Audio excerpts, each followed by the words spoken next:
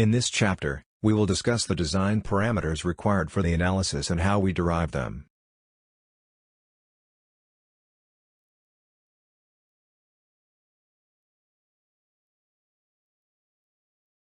A constitutive model defines how a material behaves.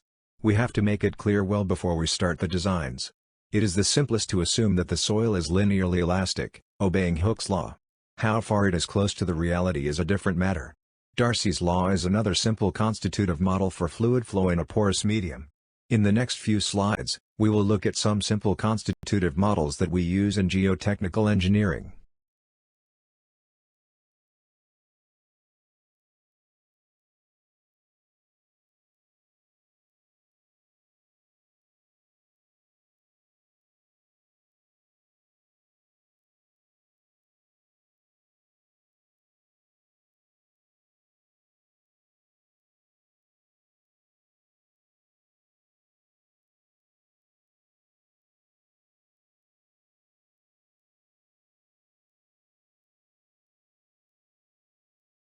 The first is the linear elastic model, obeying Hooke's law. Here, stress is proportional to the strain, and the material is elastic. We do not worry about yielding. At low stress levels, soils show linear elastic behavior and this model may be adequate. The second is a hyperbolic stress-strain plot but still fully elastic. This is popular in numerical modeling work.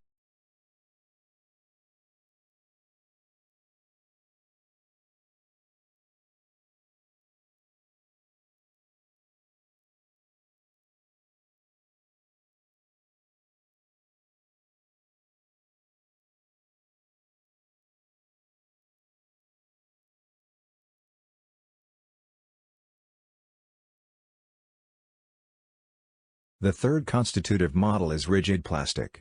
The material remains rigid, without any strains, until it yields. When it yields, the strains are large and are entirely plastic. In the fourth model, the material is linearly elastic until it yields.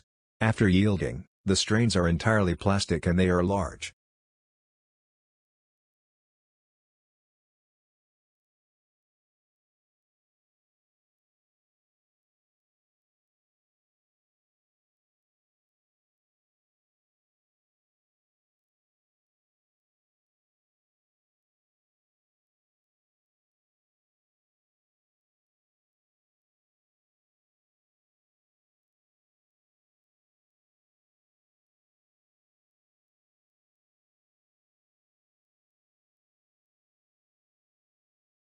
Here, we have two realistic constitutive models that reflect the soil behavior better. First is strain softening, where the yield stress decreases with further straining. That is, the material softens with strain. In a strain-hardening material, the yield stress increases with straining. Dense sands and over-consolidated clays show strain softening behavior. Loose sands and normally consolidated clays show strain hardening behavior.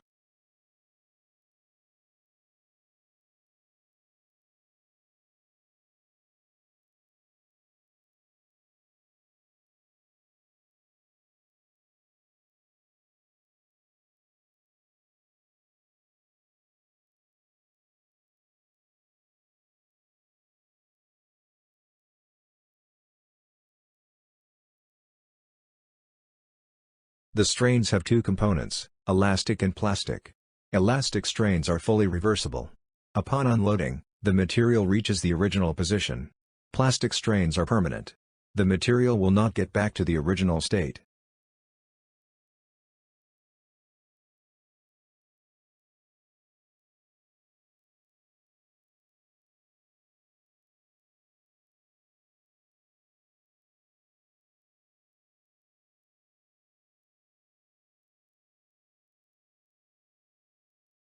This is a fairly straightforward exercise for you to compute the elastic and plastic strains.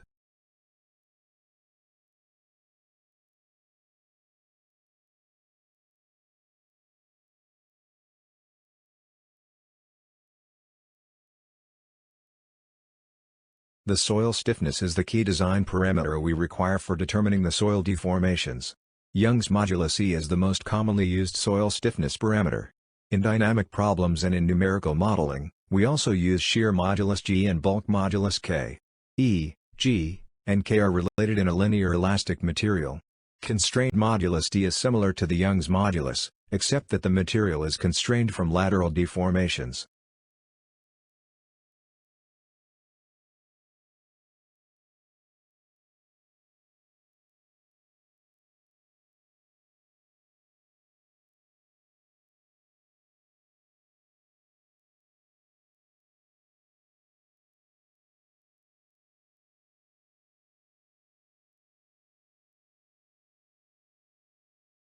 This slide shows the definitions of the three, E, G, and K. I see this more as a 1, 2, and 3-dimensional representations of the stiffness.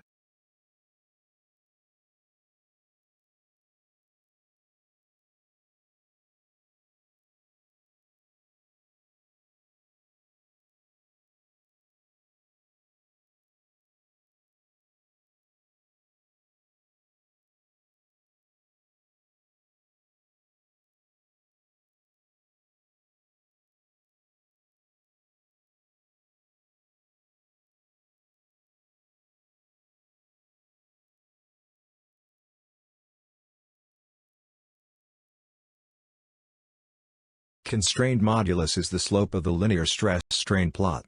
Here, the material is prevented from lateral deformations. Intuitively, one can deduce that the constrained modulus is larger than the Young's modulus.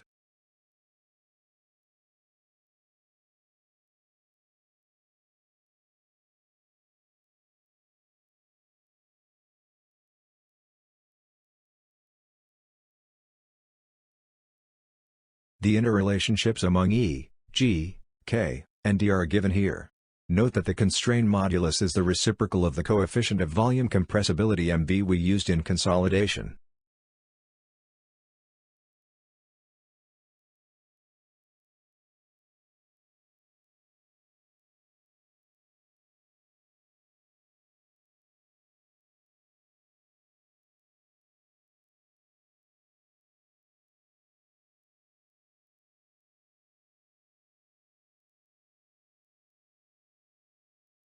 The two shear strength parameters required in the designs are cohesion C and friction angle phi. In clays we have drained parameters C', phi', and undrained parameters Cu and phi-u, which is 0. In sands, we only have one parameter phi', and that is drained. When analyzing drained loading, we carry out an effective stress analysis and use C' and phi'. When analyzing undrained loading, we carry out a total stress analysis and use Cu and phi-u equals 0. Granular soils are free draining, and the loading is always drained.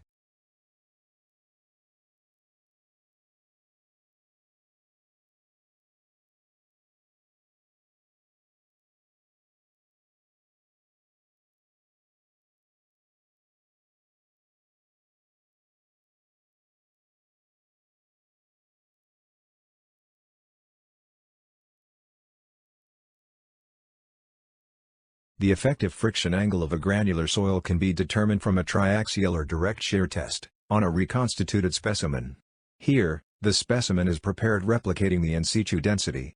Noting that it is difficult to get undisturbed specimens of granular soils, we often rely on in situ tests such as SPT or CPT to derive the friction angle.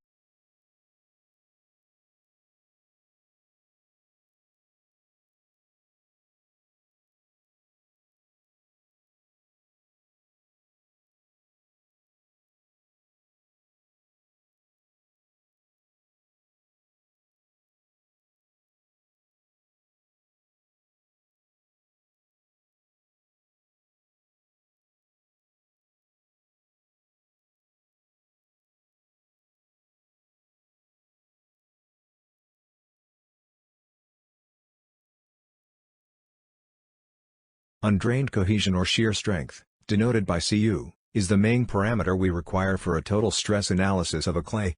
It is half of unconfined compressive strength Qu. This can be determined by several methods with different levels of accuracy. We also assign the consistency terms such as soft or stiff based on the value of Cu, to describe the clay.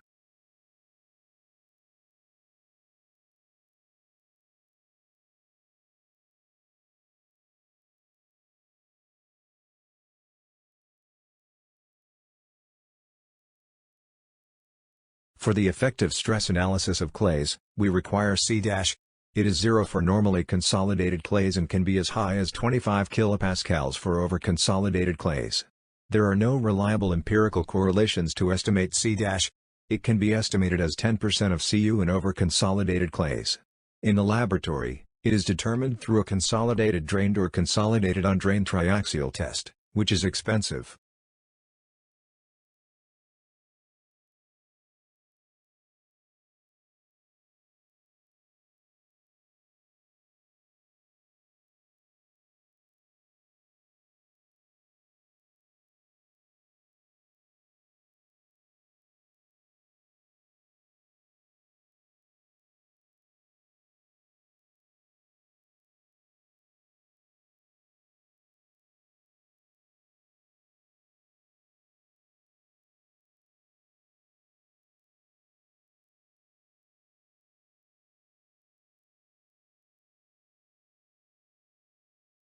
There are three equally popular ways of deriving the geotechnical design parameters. There are empirical correlations, laboratory tests, and in situ tests. They often complement each other. Sometimes, we derive these parameters from back analysis of failures or using data from instrumentation.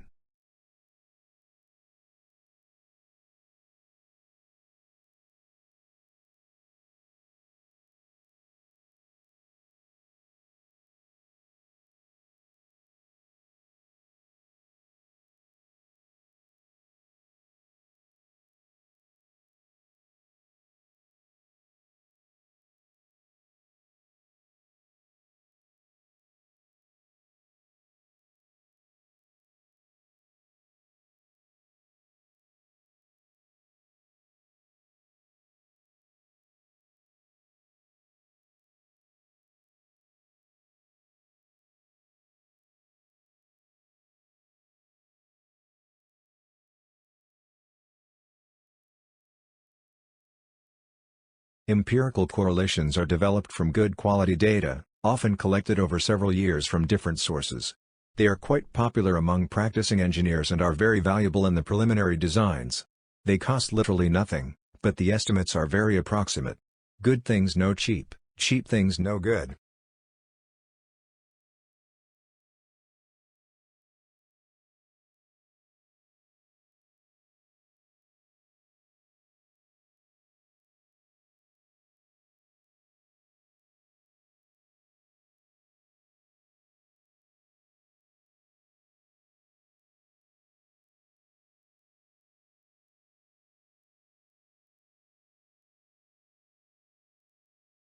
SPT is mainly for granular soils. There are correlations for friction angle, Young's modulus and relative density in terms of N60 or N160. Here we have listed three empirical equations for the friction angle, and one for the Young's modulus. Pa is the atmospheric pressure, which is 101.3 kilopascals.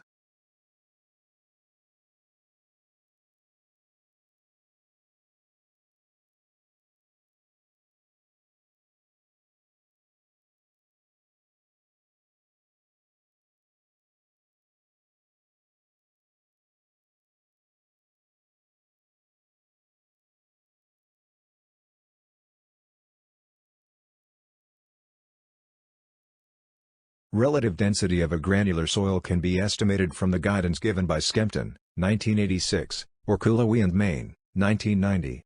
Both suggest that the ratio of N160 on dr squared is about 60 to 70.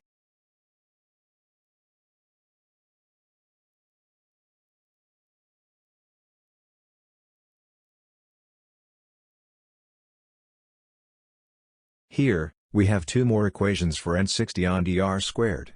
D50 is the median grain size.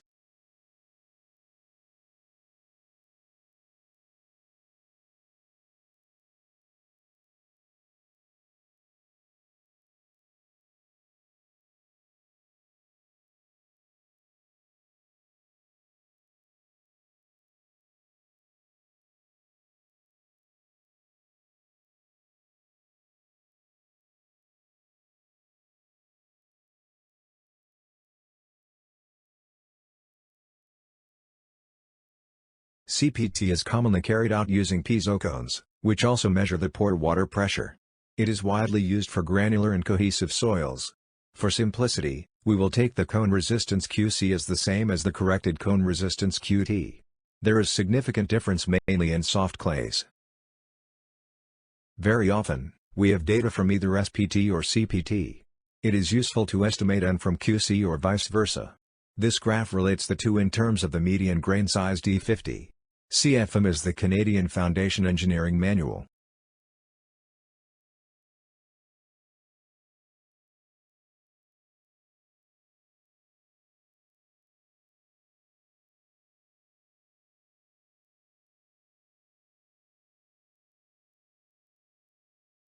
Here is the soil behavior type or SBT chart that we use to identify the soil in a cone penetration test.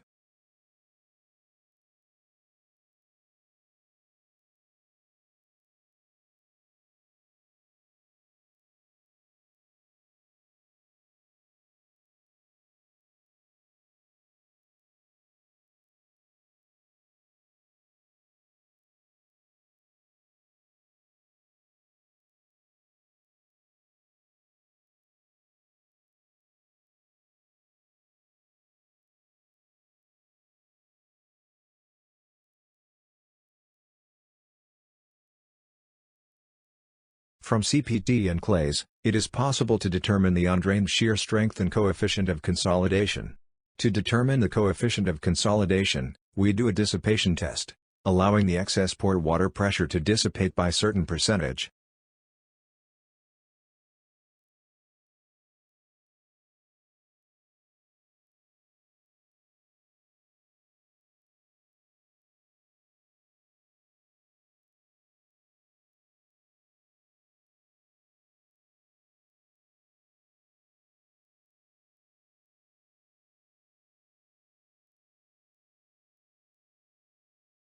In situ vein shear test is a good way to determine the undrained cohesion of clays. The test is carried out fast and hence the shear strength along the failure surface is undrained cohesion Cu. The test overestimates Cu and hence we apply Bierham's correction by multiplying by a factor μ.